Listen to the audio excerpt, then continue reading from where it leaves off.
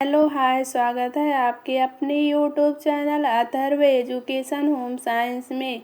आज हम लोग होम साइंस में जो यूपी टीजीटी पीजीटी बीपीएससी 4.0 के लिए इम्पॉर्टेंट कुछ शब्दावलियां हैं, उसको आज हम लोग इस वीडियो में पढ़ेंगे, जो आपके एग्ज़ाम के लिए बहुत ही इम्पॉर्टेंट है। ये सारे शब्दावलियां जो हैं ये हर एग्ज़ाम में कोई ना कोई एक शब्दावली ज़रूर ही पूछे जाते हैं, ठीक है। तो इसमें आप लोग बहुत ध्यान से समझिए, और इसको ना हो तो अपने नोट्स में किसी कॉपी में ज़रूर इस टर्मोलॉजी को नोट कर लीजिए, बहुत ही इम्पॉर्टेंट टर्मोलॉजी है, ठीक है।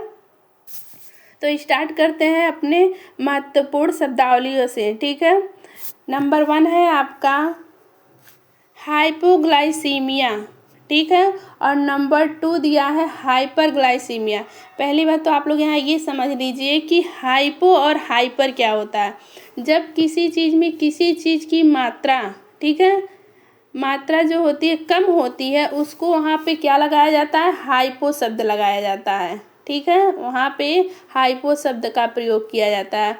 और जब किसी चीज़ में किसी चीज़ की मात्रा अधिक होती है तो वहाँ पे हाइपर क्या लगाया जाता है, हाइपर शब्द लगाया जाता है। तो यहाँ से आप लोग ये दो चीज़ आप लोग समझ सकती हैं कि कम की बात हो रही है कि अधिक की बात हो रही है। यदि अधिक पूछ रहा है तो वहाँ पे आप ये नोटिस करिए, वहाँ पे उस शब्द के आगे हाइपर लगा है कि नहीं। यदि हाइपर लगा है तो अधिक है, यदि हाइपो लगा है तो उस चीज़ में उस किसी भी चीज़ में किसी वस्तु या किसी पोषक तत्व की कमी की बात की जा रही है। तो यहाँ समझ में आ गया ना। अब हम बात करते हैं हाइपोग्लाइसीमिया। जब रक्त में ग्लूकोज की मात्रा सामान्य से कम होगा, ठीक है। जब किसी व्यक्ति के शरीर में ग्लूकोज की मात्रा सामान्य जितना होना चाहिए, यदि उससे कम है ग्लूकोज की मात्रा, तो उस स्थिति को क्या कहा जाता है, हाइपोग्लाइसीमिया। क्या बोला जाता है, हाइपोग्लाइसीमिया। नेक्स्ट टर्म है आपका हाइपरग्लाइसीमिया। अब यहाँ कम की बात हुई थी, अब यहाँ पूछ लिया हाइपर। तो हाइपर मतलब क्या होता है, अधिक। यानी रक्त में जब ग्लूकोज की मात्रा सामान्य से अधिक हो जाती है, ठीक है, सामान्य से अधिक हो जाती है, तो उसको क्या बोलते हैं, हाइपरग्लाइसीमिया, ठीक है, उसको हाइपरग्लाइसीमिया बोलते हैं। नेक्स्ट है शब्द आपका जो ग्लाइकोजेनेसिस। ग्लाइकोजेनेसिस ये क्या है, तो ग्लूकोज। अब तक हमने ऊपर दो जो टर्म पढ़े हैं उसमें एक में ग्लूकोज की मात्रा सामान्य से कम है जब, तो उसको हाइपो बोलते हैं, हाइपोग्लाइसीमिया। यदि ज़्यादा है यानी अधिक है तो उसको हाइपरग्लाइसीमिया बोलते हैं, ठीक है। अब यहाँ जो है टर्म वो है ग्लाइकोजेनेसिस, यानी जब ग्लूकोज का ग्लाइकोजन में बदलना। हम लोग नेक्स्ट कई वीडियो में ये कई बार इस शब्द को सुने हैं कि जब हमारे शरीर में ग्लूकोज की मात्रा अधिक हो जाती है तो वो मांसपेशी और यकृत में ग्लाइकोजन के रूप में स्टोर हो जाता है, ठीक है। तो जब ये ग्लूकोज हमारा अधिक हो जाता है और ग्लाइकोजन के रूप में बदलता है तो उसको क्या बोलते हैं, उसको बोलते हैं, उस प्रक्रिया को बोलते हैं ग्लाइकोजेनेसिस। क्या बोलते हैं, ग्लाइकोजेनेसिस। याद हो गया ना, ग्लाइकोजेनेसिस, जब ग्लूकोज का ग्लाइकोजन में बदलना। और ये प्रक्रिया कब होता है, जब हमारे शरीर में ग्लूकोज की मात्रा अधिक हो जाती है तब वो ग्लाइकोजन के रूप में स्टोर होता है, ठीक है। नेक्स्ट टर्म है आपका ग्लाइकोनियोजेनेसिस। यहाँ हम लोग ग्लाइकोजेनेसिस पढ़े हैं, यहाँ पे ये दो टर्म जोड़ दिए गए हैं, ग्लाइकोनियोजेनेसिस, ठीक है। यहाँ न्यू शब्द जोड़ दिया गया है। क्या जोड़ दिया गया है, न्यू शब्द को इसमें ऐड कर दिया है, ठीक है। तो इसका अर्थ हो गया कि गैर कार्बोहाइड्रेट स्रोत जैसे अमीनो एसिड, फैटी एसिड से जब ग्लूकोज बनता है, यानी जैसे उसके पहले हम लोग ग्लूकोज बताए थे ना, कार्बोहाइड्रेट, वसा और प्रोटीन से सबसे ज़्यादा हमको ग्लूकोज की प्राप्ति होती है। अब इसके अतिरिक्त यदि हमारे शरीर में अमीनो एसिड और फैटी एसिड से ग्लूकोज का बनना क्या कहलाता है, ग्लाइकोनियोजेनेसिस। क्या कहलाता है, ग्लाइकोनियोजेनेसिस। ये टर्म भी समझ में आ गया। नेक्स्ट है आपका ग्लाइकोजेनोलिसिस। ग्लाइकोजेनोलिसिस ये है आपका ग्लाइकोजेनोलिसिस। ये है जब ग्लूकोज का ग्लाइकोजन का वापस ग्लूकोज में टूटना। हमने आप लोग को कई वीडियो में बताया है कि जब हम व्रत रहते हैं, एक दिन का उपवास रखते हैं, तो आप लोग सोचते हैं कि हमारे शरीर को एनर्जी कहाँ से मिलती है। तो उस टाइम जो हमारा स्टोर ग्लाइकोजन रहता है वो कन्वर्ट हो जाता है ग्लूकोज में, और उसी से हमारे शरीर को एनर्जी मिलती है। तो इसी प्रक्रिया को ग्लाइकोजेनोलिसिस बोला जाता है। समझ में आ गया?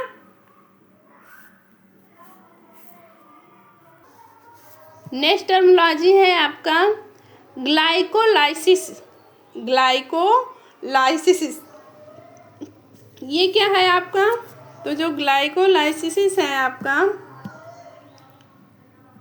ग्लूकोज का पायरुविक एसिड में टूटना। जब हमारा ग्लूकोज पायरुविक एसिड में टूटता है तो उस प्रक्रिया को क्या बोलते हैं? ग्लाइकोलाइसिस। क्या बोलते हैं? ग्लाइकोलाइसिस। नेक्स्ट है आपका डेक्सट्रीनाइजेशन। डेक्सट्रीनाइजेशन किसको कहते हैं? जब स्टार्च को सूखी गर्मी में गर्म करना जिससे उसका रंग भूरा हो जाता है, उस प्रक्रिया को डेक्सट्रीनाइजेशन कहा जाता है। ये बहुत ही इम्पॉर्टेंट है। तो इसके एग्जाम्पल में आप लोग चपाती को यानी रोटी को याद कर सकती हैं। जब हम रोटी को गर्म करते हैं यानी जब हम सेकते हैं और जब उस पर स्टार्च पे गर्म का प्रभाव पड़ता है तो उसका रंग कैसा हो जाता है? भूरा। तो इस प्रक्रिया को डेक्सट्रीनाइजेशन कहा जाता है। ठीक है। अगला टर्म है आपका जिलेटिनाइजेशन। क्या है? जिलेटिनाइजेशन। ये क्या होता है? ये कौन सी प्रक्रिया है?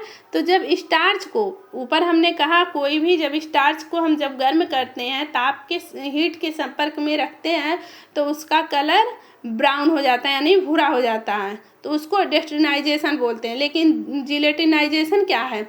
तो ये भी स्टार्च की ही एक प्रक्रिया, इस स्टार्च पे ही ये भी एक क्रिया होती है। जब स्टार्च को पानी के साथ गर्म करना, जब हम स्टार्च को पानी के साथ गर्म करते हैं तो जिससे स्टार्च के कण पानी को क्या कर लेते हैं? अवशोषित करके फूल जाते हैं। तो इस प्रक्रिया को क्या बोलते हैं? जिलेटिनाइजेशन बोलते हैं। इसके लिए आप लोग याद कर सकती हैं चावल को। ठीक है। जब हम चावल को गर्म पानी में पकाते हैं तो वह फूल जाता है यानी पानी को अवशोषित करके वह फूल जाता है। तो इस प्रक्रिया को हम जिलेटिनाइजेशन कहते हैं। नेक्स्ट है रेट्रोग्रेडेशन। ये क्या है? तो जिलेटिनाइजेशन जो ऊपर की प्रक्रिया है, ये जिलेटिनाइजेशन के बाद ठंडा होने पर स्टार्च का फिर से जमना और पानी का बाहर निकलना, इसको हम बोलते हैं रेट्रोग्रेडेशन। ठीक है। ये कैसे हम लोग याद कर सकते हैं? जो आपका दही होता है ना, दही, जब हमारा दही जम जाता है तो जब वो ठंडा होता है तो देखिए उसमें से पानी निकलने लगता है। दही का थक्का जो होता है उसमें से पानी बाहर निकलने लगता है। तो इस प्रक्रिया को भी हम रेट्रोग्रेडेशन बोल सकते हैं। ठीक है। नेक्स्ट टर्म है आपका सिनरेसिस। सिनरेसिस में क्या है? स्टार्च वाले खाद्य पदार्थ से पानी का बाहर निकलना। ठीक है। सॉरी, इसमें ये प्रक्रिया दही वाली चलती है। स्टार्च वाले खाद्य पदार्थ से पानी का बाहर निकलना, तो ये दही वाला थक्का इसमें आता है। ठीक है, एग्जाम्पल में। नेक्स्ट है आपका मैलार्ड रिएक्शन। मैलार्ड रिएक्शन क्या है? तो चीनी और प्रोटीन यानी जब अमीनो एसिड को गर्म करने पर भूरा रंग आना क्या कहलाता है? ये आपका मैलार्ड रिएक्शन कहलाता है। जैसे दूध का खोआ बनाना, जब हम दूध को गर्म करते हैं, उसको खूब देर तक पकाते हैं तो उसमें का जो शर्करा होता है, ठीक है, वह जब प्रोटीन के साथ अभिक्रिया करता है तो उसका कलर ब्राउन हो जाता है, ठीक है, भूरा हो जाता है। तो इस प्रक्रिया को मैलार्ड रिएक्शन बोला जाता है। ठीक है। नेक्स्ट है आपका कैरेमलाइजेशन। ये क्या होता है, तो चीनी को उच्च तापमान पर गर्म करके भूरा रंग या विशिष्ट स्वाद विकसित करना ही कैरमलाइजेशन कहलाता है। तो ये क्या है, जब आप देखिए चीनी को हम गर्म करते हैं तो वो ब्राउन कलर का हो जाता है, तो इसी कैरमलाइजेशन प्रक्रिया के दौरान इसका कलर ब्राउन कलर का हो जाता है। ठीक है, तो उम्मीद है आप लोग को ये मेरे ख्याल से 10 टर्मोलॉजी थे जो आप लोग को के एग्ज़ाम के लिए बहुत ही इम्पॉर्टेंट है। ठीक है, ये 10 इम्पॉर्टेंट आपके टर्मोलॉजी थे, 10 नहीं उससे अधिक ही होंगे। तो उम्मीद है आप लोग को ये समझ में आए होंगे। यदि नहीं समझ में आता या कोई और परेशानी है तो आप लोग कमेंट करके ज़रूर शेयर करिए, मैसेज करिए। और अगर ये वीडियो आप लोग को पसंद आए तो चैनल को लाइक और सब्सक्राइब करना ना भूलिए, ताकि आप लोग को ऐसे ही होम साइंस के नए अपडेट के साथ कुछ नई जानकारी मिलती रहे।